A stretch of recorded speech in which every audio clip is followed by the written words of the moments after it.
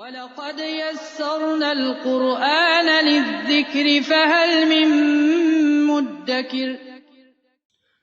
سامعین کرام، یہاں پر جو آپ لوگ لفظ دیکھ رہے ہیں، یہاں پر اکثر لوگ وقف کی صورت میں مسٹیک کر جاتے ہیں۔ آج کی اس ویڈیو میں آپ لوگ وقف کے طریقے کو سیکھیں گے کہ اگر ہم نے کسی بھی حرف پر وقف کرنا ہو تو وہاں اس آخری حرف کو ہم نے کس طرح سے ادا کرنا ہوتا ہے۔ یہاں پر آپ لوگ دیکھ رہے ہیں کہ نون مشدد ہے اور اس کے اوپر ہے دو پیش یعنی تنوین ہے، تو یہاں پر ہم نے وقف کرتے ہوئے اس لفظ کو کس طرح سے ادا کرنا ہے۔ اس کے بعد آپ لوگ یہ لفظ دیکھیں کہ یہاں پر جب ہم نے وقف کرنا ہے تو اس قاف کو کس طرح سے ادا کرنا ہے۔ یہاں پر بھی قاف کے نیچے دو زیر یعنی تنوین ہے، تو یہاں قاف کو ہم نے ساکن کرنا ہے یا پھر قاف کے نیچے ایک حرکت کو ادا کرنا ہے اور ایک کو چھوڑ دینا ہے۔ اکثر لوگ اس بارے میں نہیں جانتے، تو آج کی اس ویڈیو میں ہم مشکل الفاظ پر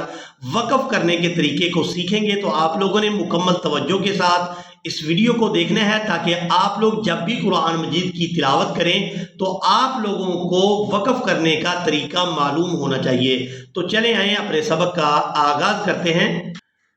یہ سورہ رحمان ہے اور اس کی آیت نمبر 26 ہے۔ اس کو پڑھنا سیکھیں گے کہ یہاں پر ہم نے نون کو کس طرح سے ادا کرنا ہے۔ اس کے بعد آپ لوگ 29 آیت میں دیکھیں کہ یہاں پر جو آپ لوگ الف دیکھ رہے ہیں اس کے اوپر ہے جزم اور اس کا آخری حرف بھی نون ہے اور اس کے نیچے ہے دو زیر، تو یہاں پر ہم وقف کس طرح سے کریں گے۔ اعوذ باللہ من الشیطان الرجیم،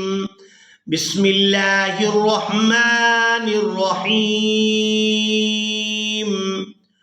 کل من علیہا فان، کل من علیہا فان۔ اب یہاں پر آپ لوگ اس قاعدہ کو نوٹ کر لیں کہ اگر آخری حرف پر زبر، زیر، پیش یا پھر دو زیر یا دو پیش ہوں تو وہاں اس حرف کو ہم نے ساکن کر دینا ہوتا ہے۔ تو یہاں بھی نون کو ساکن کر دیں گے، فا کو ہم نے الف مدہ کی وجہ سے کھینچتے ہوئے اس نون ساکن کے ساتھ اس طرح سے ملانا ہے، فا الف نون زبر فان، کل من علیہا فان، وَيَبْقَى وَجْهُ رَبِّكَ ذُو الْجَلَالِ وَالْإِكْرَامِ۔ اب یہاں پر بھی ہم نے میم کو ساکن کر دیا، جس طرح ہم نے یہاں نون کو ساکن کیا اسی طرح یہاں پر ہم نے میم کو ساکن کر دیا، را کو الف مدہ کی وجہ سے کھینچتے ہوئے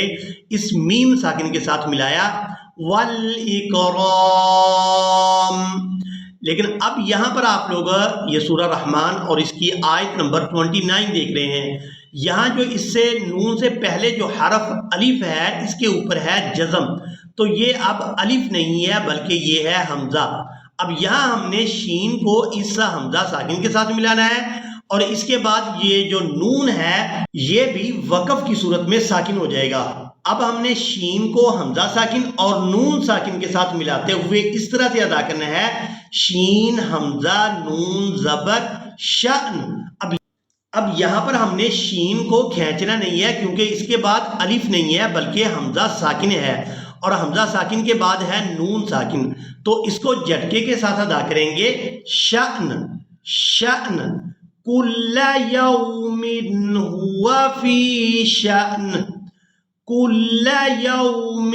ہوا فی شأن۔ اب یہاں پر اکثر لوگ مسٹیک یہ کرتے ہیں کہ یہاں پر بھی شین کو کھینچتے ہوئے نون ساکن کے ساتھ ملا دیتے ہیں، تو یہ غلط طریقہ ہوگا، یعنی اس لفظ کی ادائیگی مجہول ہو جائے گی۔ تو ہم نے یہاں پر اس کو درست ادائیگی کے ساتھ ادا کرنا ہے اور درست ادائیگی اس طرح سے ہے، کل یوم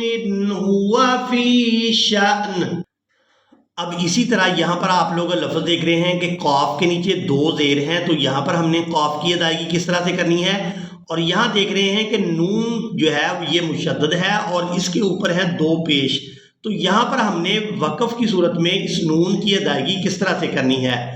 متکئین علی فرش بطائنها